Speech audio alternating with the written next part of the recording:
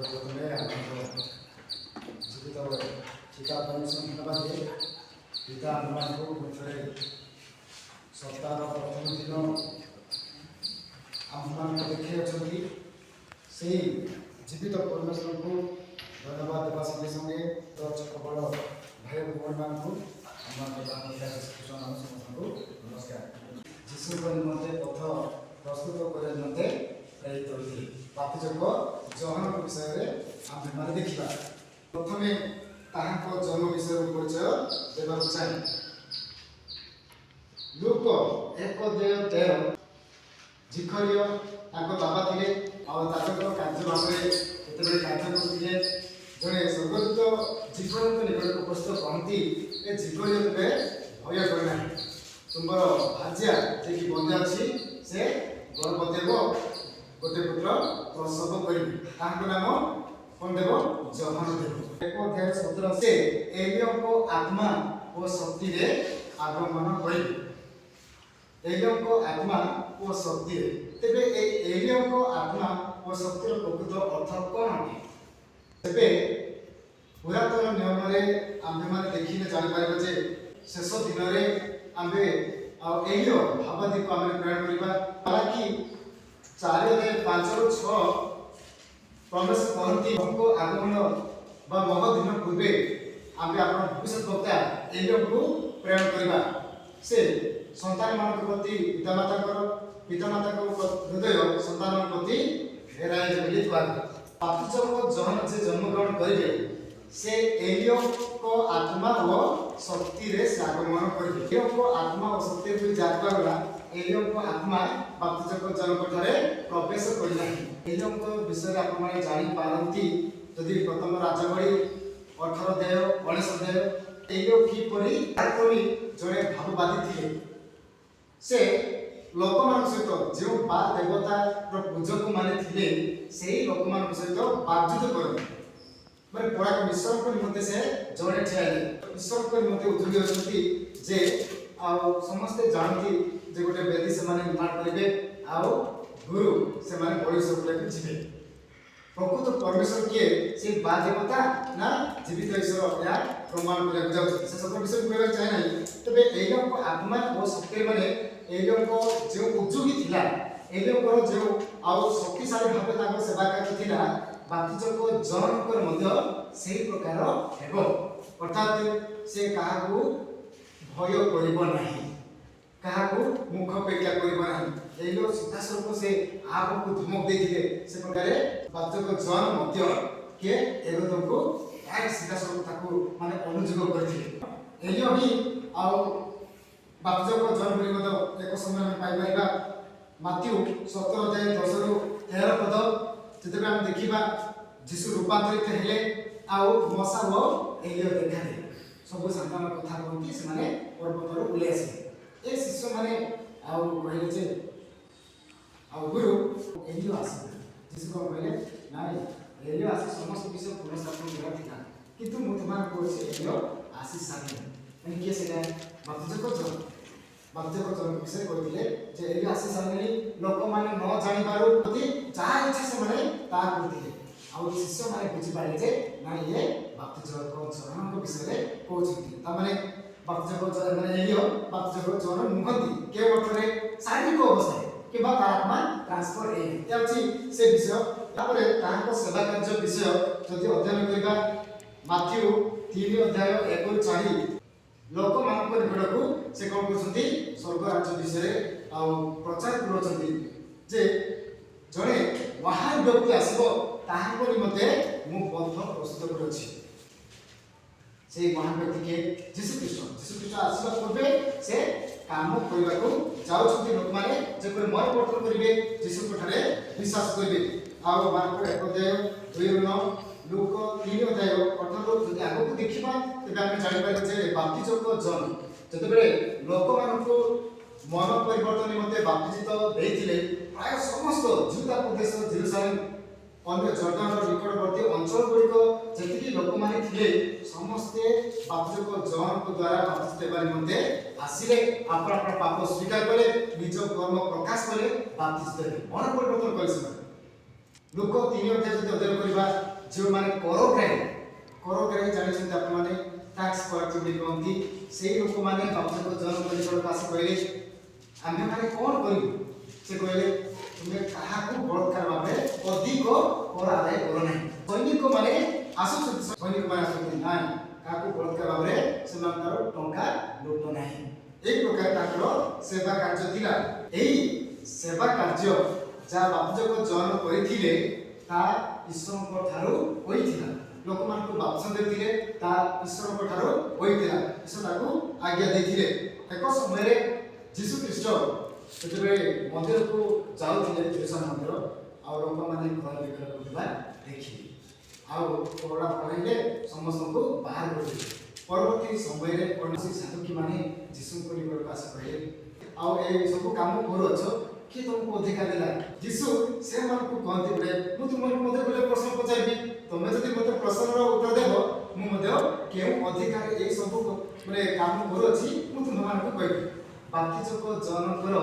बाप्तिस्म स्वर्गरु ना मनुष्य मान को था से माने भाबिले जदि स्वर्गरु कहबो काहे तुम विश्वास करो ना ए कहबो यीशु कारण ए माने केते को पारसी साधु कि माने आ बाप्तिजक जन द्वारा बाप्तिजित होई नथि से माने अग्राह्य कले लोक 7:29 देखिबा तबे अग्राह्य कले से माने मनुष्य भी कहबो ना ना हमको पछताइबो आ कारण लोक माने बाप्तिजक जन को जडे भाववादी बोली मानथिले ना हम माने जानि ना बोली बोली जिस मते कहले जे ना हम तुम मते कहबी ना के अधिकार करो छी हेले कहबार अर्थ हैला जे बाप्तिजक जन सेवा कार्य बा बाप्तिस्म स्वर्ग ठारू होइथिला चालुमा देखिबा जॉन 1:33 से कहती जे आउ मु मते ताकू चिन्हथिले किंतु जे मते बाप्तिस्म देबा निमंते प्रेरणा करबी लेखा माने बाप्तिजक जन सेवा कार्य बाप्तिजक जन जो बाप्तिस्म दोछथि लोक मान को से कार्य परमेश्वर ठारो होइथिला से जने भाववादी थिले के बाप्तिजक जन भाववादी थिले कि परि आगमन कहि करबा भाववादी रो लक्षण गुण कोन अन्य लोक मान को चिन्हबा बाप्तिजक जन कि परि भाववादी हेले जतेबेले बाप्तिस्म देउथिले लोक मानकु समस्त लोक माने आसिले बाप्तिस्म ग्रहण करते से माने अपना पाप स्वीकार करे आउ बाप्तिजित हेबाके जीसु आसिले प्रथम जीसु आसिले ता प्रथम कहले बाप्तिजक जन डायरेक्ट बाप्तिस्म देले कि ना कोन कहले गोटे कथा कहले आ मु आपन को द्वारा बाप्तिजित हेबाकू माने एटा योग्य अटे मो निकट को आपण आसछंती बोली कहले कि परि चिनिले बाप्तिजक जन यीशु ख्रीष्ट की चिन्हले माने जो माने बाप्तिस्म नेबा को आसछंती से माने आपण पाप स्वीकार करते से माने मन परिवर्तन करके जदि यीशु किछि पाप करनाती स्वीकार करबे कि मन परिवर्तन करबे कि ना तबे ए जानिले यीशु ख्रीष्ट को जो सचमय पवित्रमय जो गुण अछि से देखिछंती के बाप्तिजक जन से देखिछंती तेणु से कहले जे मु आपण द्वारा बाप्तिजित हेबा आवश्यक तबे काहे मोनि निकट को आसुछन्ति आ गोटे विषय जे या द्वंद्व विषय बाप्तिजक जन यीशु ख्रीष्ट को जानिथिले से ईश्वर को पुत्र भाव स्वीकार करे तेबे आउ ताको शिष्य माने जनकर मध्य शिष्य माने थिले आउ से लोक मान पाछन देथिले यीशु जतेबेले आरो पार देख से चली गले से कोन कहले ए देखो ईश्वर को मेसाबको जे जगतर पाप बोइले जाती तामाने बाप्तिजक जन यीशु ख्रीष्ट को भल रूपे जानिथिले तो ईश्वर को पुत्र रूपे जानथिले मेसाबको जे जगतर समस्त लोक मान मते आउ परिकार दान करिवे सेही व्यक्ति ए मत्स्य पंथी या लोक मान को निकटरे घोषणा करे से कहले अरे मु ख्रीष्ट नहे जे मो तारे आसुछंती से मत्स्य से ख्रीष्ट मु नहे बड़ मु पथ प्रस्ताव करबो आसी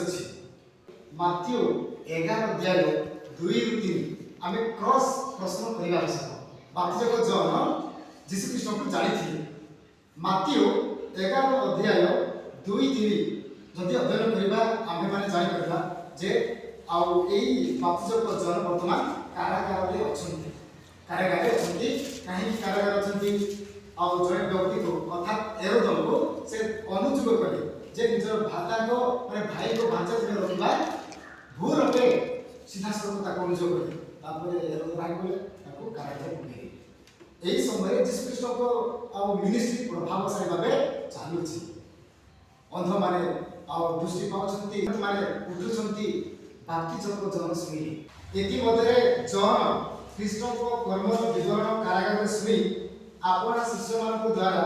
ताहाको पचारि पठाइले जहाँको आगमन हेबो से व्यक्ति की आपण अबा आम्भे माने अन्य जनक अपेक्षा रहि माने दुतर विषय ए बाप्तिजको जन सेवा कार्य समय रे जीशु ख्रीष्ट को चिन्ह नथिले कि मस्य ईश्वर को मेसा को से चिन्ह थिले तेबे जते बेले से कारागार रे अछंती वर्तमान से कोन कहछन्ती आपण की ख्रीष्ट आमे का अपेक्षा रे रहि ले कोन ए गला ए जन की के गला ताको शिष्य माने मध्ये थिले बाप्तिजको जन को शिष्य माने जदि लोक 11 अध्याय अध्ययन कले जानि पारिबा जीशु शिष्य माने आ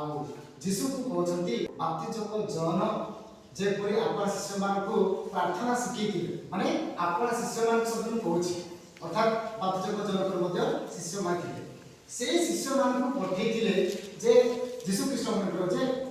आपण की सेई ख्रीष्ट माने कारण अपेक्षा रे ए बाप्तिजको कोन दरबार पडिबे ना भिन्न कार्य कले ता नुहे ए बाप्तिजको जन जते बेले कार्य करथिले जीशु ख्रीष्ट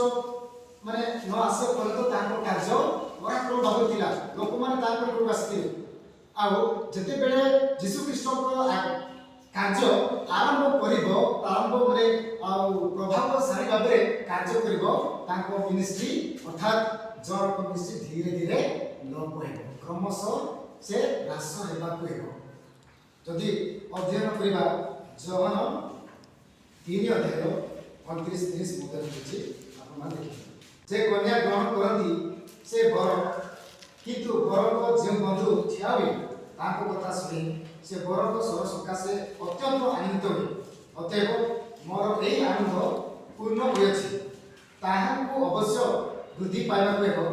किंतु मध्य ह्रास हेबाको हेबो के करिले बाप्तिजको जन माने ताहाको सेवा कार्य बाप्तिजको जनको सेवा कार्य वर्तमान ह्रास हेबाको जाउछि जीशु ख्रीष्टଙ୍କର सेवा कार्य अभिवृद्धि हेबाको जाउछि वर्तमान से कारागार अछंती ताको कार्य समाप्त हेबो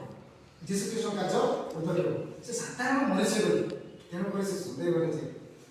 आपण से व्यक्ति ना हमें का अपेक्षा थी तो समस्त का सेवा करतु हमर मुख्य पाठ है जे बाप्तिजको जयकर सेवा कार्य ए संस्कृत वाक्य समस्त का सेवा करतु समस्त को नमस्कार।